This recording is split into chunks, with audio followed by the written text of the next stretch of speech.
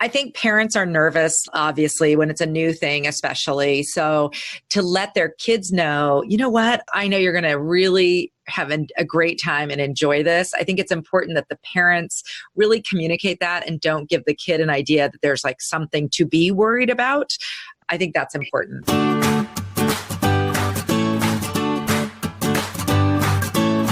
Hello and welcome to the Sunshine Parenting Podcast, where each week we talk about ideas for raising kids who become thriving adults.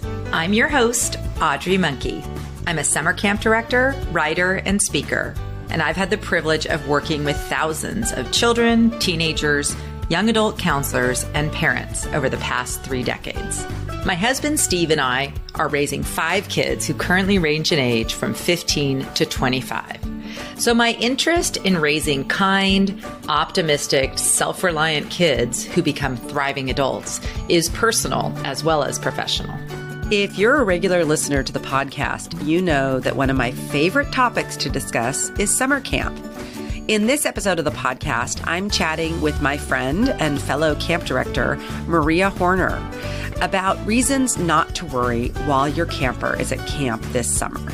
Maria and her husband, Tom, have been the executive directors of Catalina Island Camps since 1995. Even before her time at Catalina, Maria was working in the camp industry at a Girl Scout camp. In addition to her many years of working with kids at camp, Maria also works with kids outside of camp as a board member at St. Mark's School and also as a church youth group leader of high school kids at her church. In episode 91, Maria and I talk about 4 reasons she believes you don't need to worry while your kid is at camp this summer. Today on the podcast, I am thrilled to have Maria Horner back on. Maria is the camp director at Catalina Island Camps. And how many years have you been there, Maria? This will be our 26th summer. Amazing. If you are a regular listener to the podcast, you may remember Maria from her Jedi Mom Tricks from last year, a series of, I believe, 3 episodes where we got to hear all of Maria's wisdom in her motherly wisdom that she shares with her staff during staff training, which is actually right around the corner for both of us. So I'm really excited, though. Today, our topic is very timely, and it is called 4 Reasons Not to Worry While Your Camper is at Camp This Summer. So first of all, welcome back, Maria. Hi, Audrey. It's good to be here. So I know you've had a busy past month. What's been going on with you? Well, we're just getting ready. You know, I'm actually already out on the island. We have our leadership staff come on Sunday, and then the following Tuesday we have another group of staff, and then the rest of our staff come, and it's like full steam ahead at this point. We have our first campers arrive in just a little under 3 weeks. So we're all looking at each other saying, where did the spring go? It seemed like it was just January, and now we're just on the verge of camp starting. Yeah. What about the winter and the fall? Where did they go to? Right. They all just flew by. So as we know, I don't know if that's one of your reasons, but one of the reasons not to worry is actually the amount of training that we do with our staff. But let's start with your ideas. What's one of the reasons that parents don't need to worry while they're campers at camp this summer? Absolutely. So I came up with 4, and I've been thinking a little bit about this.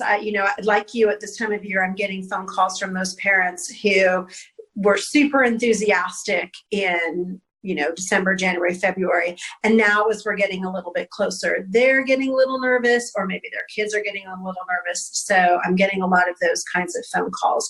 And those are really fun calls for me. I enjoy that. And so these are some of the reasons why I tell parents they shouldn't worry. The first one is that you chose an accredited camp. So if you're coming to my camp, if you're going to Gold Arrow, I know if they're going to any of the other camps in your Happy Campers group, those camps are all accredited by the American Camp Association, which means that those camps care enough to undergo a thorough peer review of its operation.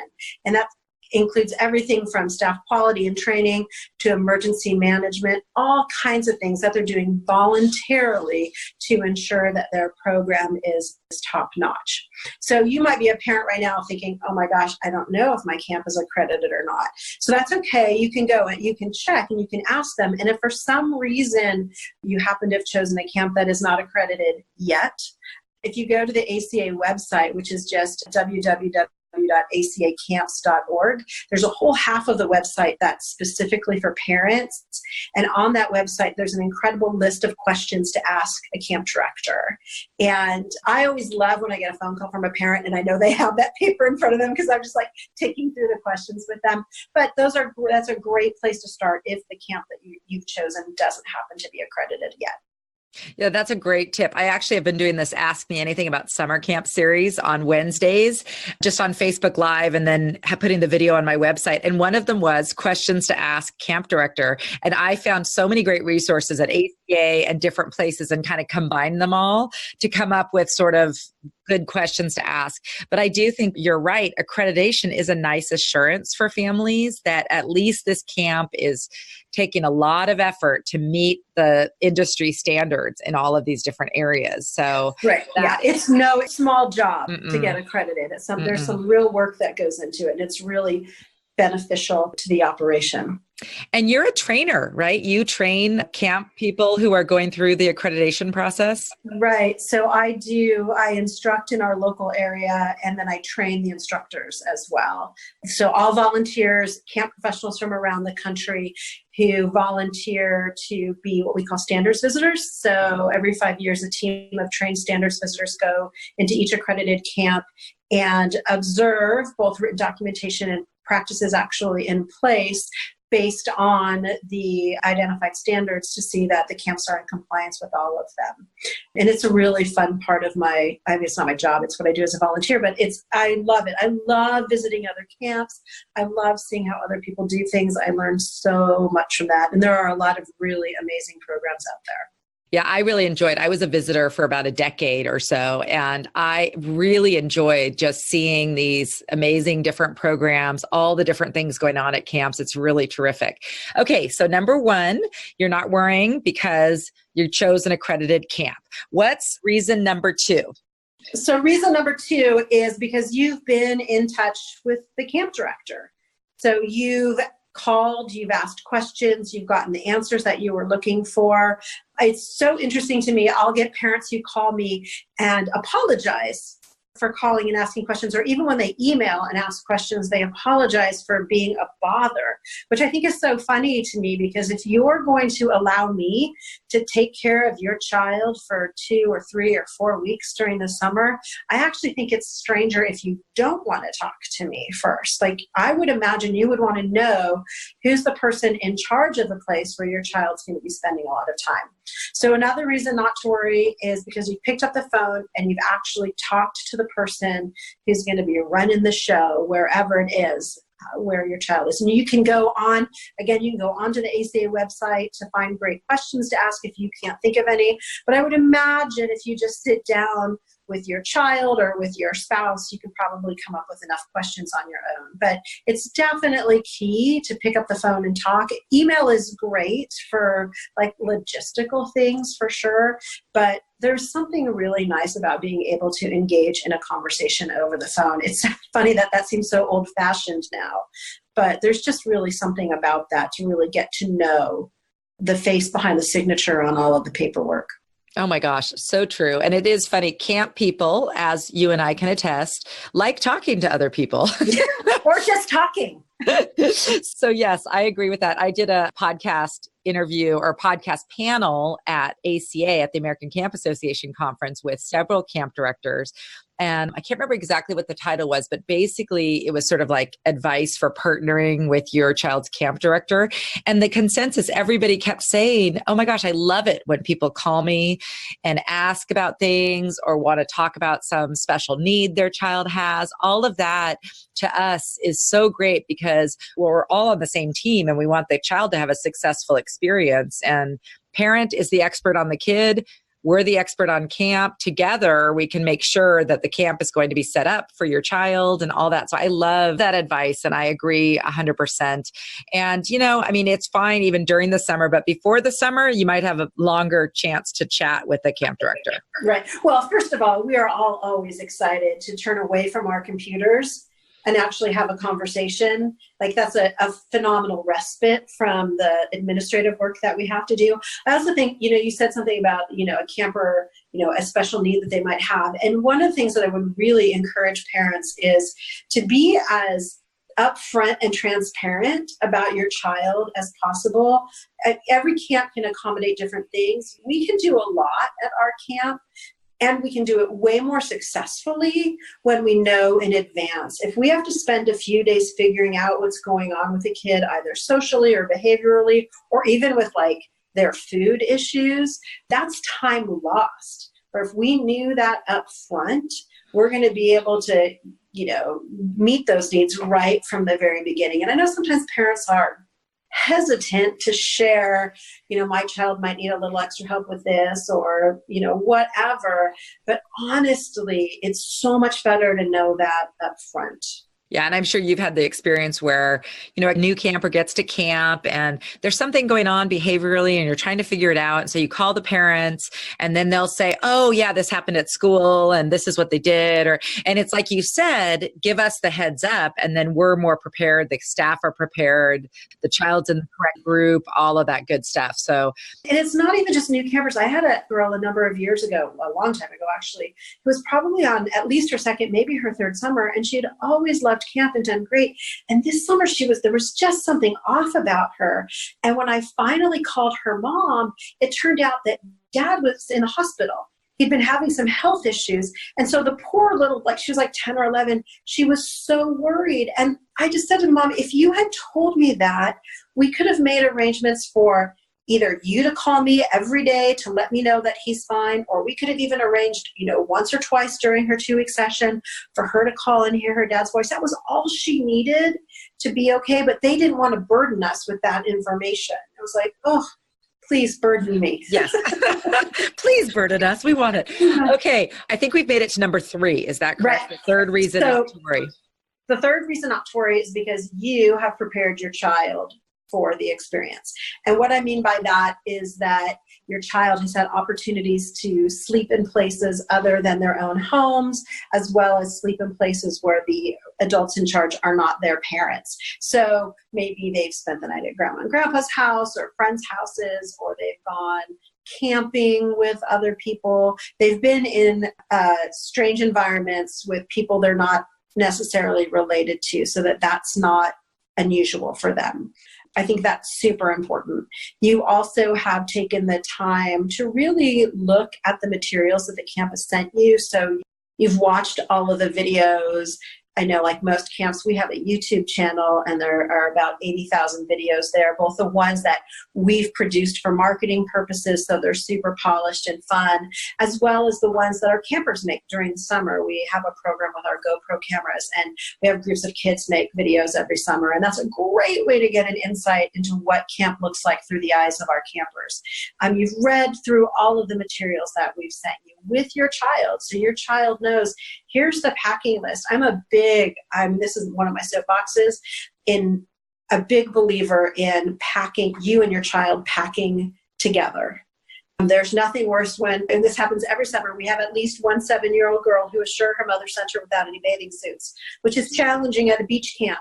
And so I get on the phone and, call the mom. It's like, oh no, they're in the little outside zipper pockets, whatever. But the kids don't know where their stuff is. So you've packed with them and you've talked with your child about camp and you've found out I think you really want to focus on the fun when you talk with your child. You don't want to say, okay, so Audrey, you're probably going to miss me. So what are you going to do? You don't necessarily need to plant that, but you can definitely engage your child in conversation to get a sense of their excitement level, what they might be nervous about. And if there are things that they're nervous about, you've worked together to develop strategies for the child to be able to address those.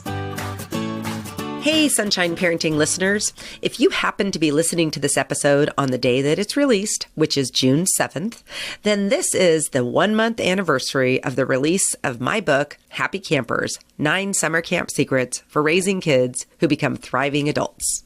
I wrote the book because I wanted to give parents access to the same information that we give camp counselors who are trained to make camp fun, to help foster friendships, and to grow important character traits in our campers like kindness, responsibility, and independence. I've received so much great feedback about people who've started reading and are using some of the ideas and activities that I share in the book. You can pick up your copy at Amazon, Barnes & Noble, IndieBound, Books A Million, Kobo, or wherever books are sold.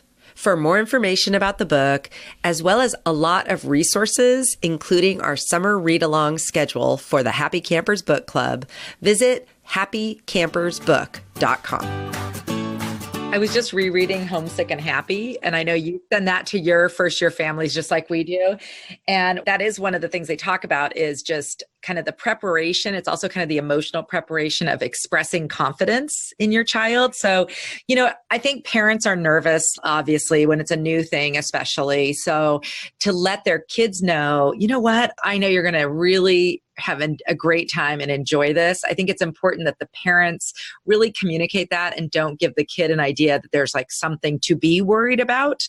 I think that's important.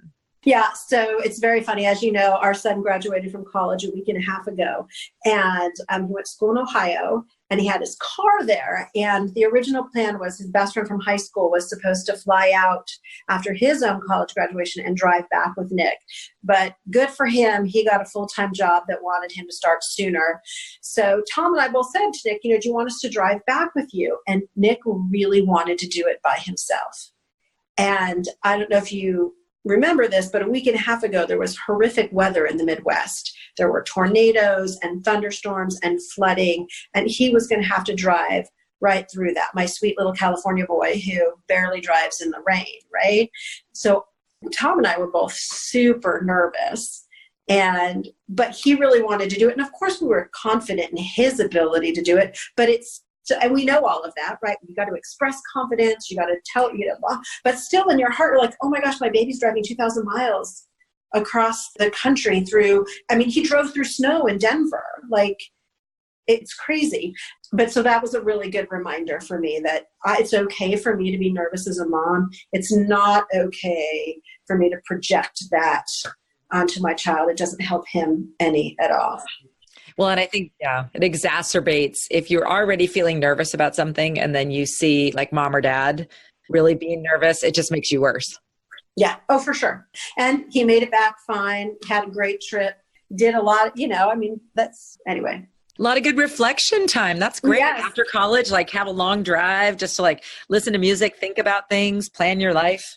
Yeah, it was good. But it helped me. It was another good reminder of at every stage of life with our kids, there are things that they have the opportunity to do that present incredible growth opportunities for them, that present incredible anxiety-producing moments for us as parents. I'm not sure that ever ends. I don't think it does, unfortunately. I think it doesn't matter how old your children are, if they're traveling somewhere, if they're somewhere far away, it's just impossible not to have some level of worry about that. Okay, are we on number 4 already? We are on number 4, and that's awesome. A perfect segue, because number 4 is that in addition to preparing your child for the experience, you've prepared yourself. And so some of that is about managing your own expectations. If you only have one child, or if you have multiple children and they're all going away to camp, your house is going to be really different when they're not there. And getting a sense of what is this going to be like for my spouse and I, my partner and I, what is this going to look like? And really making sure that as you're thinking through that, you're not talking to your child about how much you're going to miss them, empty the house is going to feel, because you don't want to put that, that's not fair to lay that kind of guilt trip on your kids. You're also trying really hard not to, how do I say this, create an unrealistic expectation of contact with your child while they're gone. I am 100% guilty of this, but we have the ability to be in touch with our kids all of the time, whether they're in the room next door or they're halfway around the world.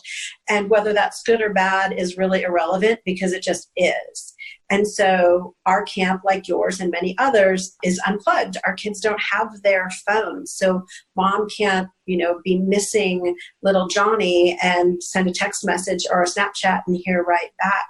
And so I've had to counsel some parents who expect a letter every day, or we do this email bunk note thing, 2 bunk notes a day, or whatever, or you've gotten into 5 different photos and given me the special secret hand signal so I know that you're good, or there's another signal that means emergency, call me right away, and because what happens is kids get to camp and they're having such a good time that I hate to say this, they aren't even thinking about what's going on at home because they're so engrossed in what's going on. So they forget to write, or they forget to jump in front of the camera.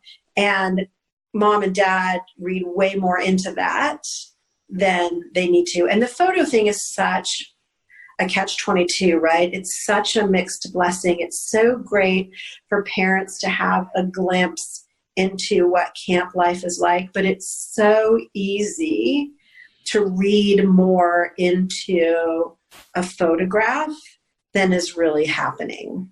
Oh my gosh. I so agree. It was so funny. We were doing a first-year family orientation. We had a panel of experienced parents, and even these experienced parents were talking about, you might see one photo where your child's not smiling or they're in the background. And I'm thinking to myself, well, wait, we don't all go through every day smiling, even when we're feeling fine. Right. So why is the expectation that, perhaps if they're posing or whatever, but sometimes kids are just sick of having their photo taken. Sometimes kids don't smile for their parents, even if they're feeling happy. I agree that the over-analyzing is not good. And I also, that thing about the symbols, like what I really want parents to communicate to their kids is, hey, at camp, there's all these adults there to help you have a great experience. So if you need anything, I'm not there. Here's some people you can talk to. Your counselor, the camp director, Maria, there's head counselors, there's this, that, and the other. I think that, again, if you look on the website or you call the camp, you can find out who are those people, but usually there's a nurse or a doctor. There's so many different people at camp. And I think that empowering your kids to talk to those people is really important. Just like Julie Lithcott-Hames says in How to Raise an Adult, like by the time your kid gets to college, you want them to be able to go into the counseling center, talk to the people about the classes that they're going to be taking, or go to the health center because they might have an infection and need medicine. And it's like, this is the start of that. So it's not that they have to give you a secret emergency signal. It's they should feel like they understand who to go to if they need anything. I very rarely tell a parent when they call and are nervous that they and their child aren't ready for camp yet. But I did have one mom a couple of years ago who was convinced that her daughter was like 12 or 13. She wasn't even really young, but was convinced that her daughter, if something was bothering her, that her mom was the only person that she could talk to. There was no one else. And so I went through my normal conversation about, how we train our staff and how we select them, and about the older adults like myself who are there, who might be a little more approachable than a super cool 19-year-old counselor. There's something nice about being 50-something and no longer cool at all, let alone super cool. Plus, we have a doctor and 2 nurses, so there's all kinds of for reals, fully formed adults there, and how important it is for her to feel confident with us so she can pass on that confidence to her daughter, blah, blah, blah. And she wasn't having any of it. She was just like, no, she really just will only talk to me. So she's going to have to be able to, I'm going to have to hear from her. And I was finally like, you know what? I don't think you're ready. Oh. Even if your daughter's ready, I don't think you're ready, because your daughter's not going to call you every day to tell you everything's all right. That's not how this works. So I'm really sorry. Yeah. I don't know if you've ever had the people where they'll call and they're like, I have a sense that my child, they'll call and they'll be sure that something is wrong with their child because they had a dream or they had a vision or whatever. And we're like, okay, we'll go check on them. And then, invariably the child's okay. But, I do think we are very connected with our kids, which is a good thing, and very close. And those close relationships are fantastic. But the dark side is that it makes it a little harder when your child's doing something independent from you, for you to have the separation. Well, and that, to me, so that's my last thing under you've prepared yourself. One of the things that I often tell parents is to really take advantage of this opportunity. The story I often share is I have a good friend who her kids are significantly younger than mine, and they've come to camp for, I don't know, this will be their 4th summer. But the first summer they came to camp, they just came for a week, and mom and dad were still kind of nervous, so they weren't going to go anywhere. I mean, like you, we have those longtime parents who drop their kids off at the boat terminal and then go to Europe for 2 weeks. But, this was a new family. They're a little nervous. But every single night they went out to a different bar or restaurant in Pasadena and tested out the happy hours. And she, because this friend is a very social media savvy, she was posting pictures every day of her and her husband at all of these great places having this great time. And it became this incredible recruitment tool for us because all of her friends were seeing that on social media and how do we get in on that, staycation, bar hopping thing? I don't know. But I really do tell parents, use this time. If you're not comfortable taking a trip yourself while your kids are gone, consider what it means to have some time either just to yourself or you and your spouse together. That doesn't happen very often in the craziness of life of raising children. And sometimes only one child goes away to camp, so you have another 1 or 2 still at home. Take advantage of that new dynamic to do things that you can't do when everybody's there. Because it doesn't have to be a bad thing. It can be a really beneficial thing for everyone.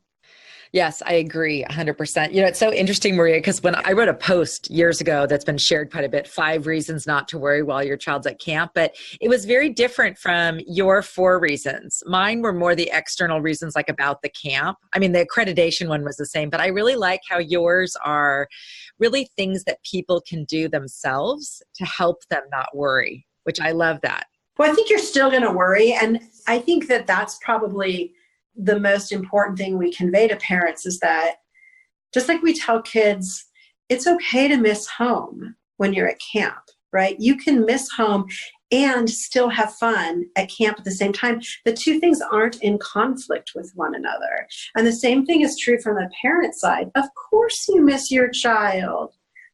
And of course you're worrying about them, and that's to be expected. And you can still allow them to have this amazing growth experience even while you're a little bit nervous. The 2 things don't have to be mutually exclusive. And I think you can give yourself permission to enjoy yourself, just like that couple you shared about. If you want to spend some more time on a hobby you haven't had time for, go out to dinner, go to movies, whatever there's nothing wrong with that. And actually you giving your child the gift of a more relaxed, happier parent when they get home from camp is amazing. Yeah, what a gift that is. And your child comes home having had this incredible experience, and hopefully you've been able to have an incredible experience at home. And I think we have to not feel guilty. It's okay to have an incredible experience, not all together. It was okay for us to let Nick take that drive. I mean, Tom really wanted to do it with him. He really thought it'd be a cool thing for the 2 of them to do together. And he was really bummed that Nick wanted to do it on his own. But that didn't take anything away from the really cool experience he had of making that 4-day trip by himself. It's okay to let them do fun things without you. And it's okay to do fun things without them. Yeah. I've been thinking a lot lately about the whole ambivalence of parenting, that so many of the things that are it's always this kind of mixed bag. You're excited for your kid when they have some new adventure or get some great job far away, but then you're also bummer, they're kind of far away. And it's I think always keeping these things in mind, that it's okay to have both feelings at the same time. Mm-hmm. Mm-hmm. Absolutely. And it doesn't make you a bad parent. It doesn't make you a bad person. It just makes you human. Yep, that's so true. Well, Maria, this has been terrific. I think it'll be very helpful to parents as they prepare to send their child off to camp, either this summer or at some point in the future. So thank you so much for being on again.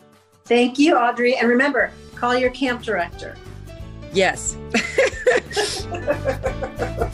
I always enjoy my chats with Maria, and I hope you enjoyed listening to our conversation as well.